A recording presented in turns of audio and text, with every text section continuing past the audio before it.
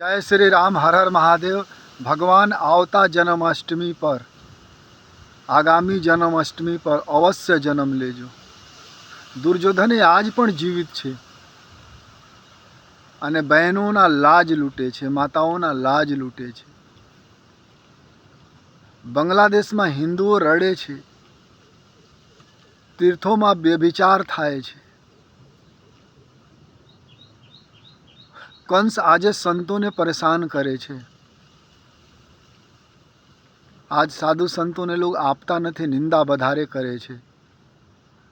આજ ગામડામાં સાધુ સંતો પરેશાન છે. અવશ્ય જન્મ લેજો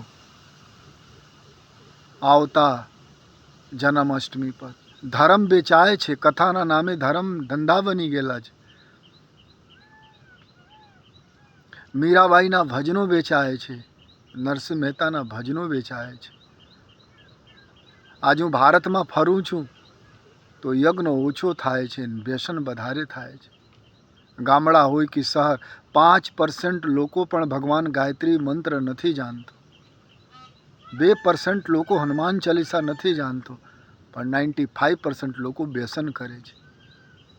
તમારા સમયમાં પણ રાજનીતિ ગંદુ હતું, ત્યારે તમે જન્મ લીધા હતા ગૌ માતા માટે. આજે પણ ગૌ માતા રખડે છે. તમે આવો. આજે પણ સાધુ સંતો અધર્મીઓના પૈસા ખાવીને ચૂપ બેઠેલા છે, અને તમારા સમયમાં પણ એ હતા.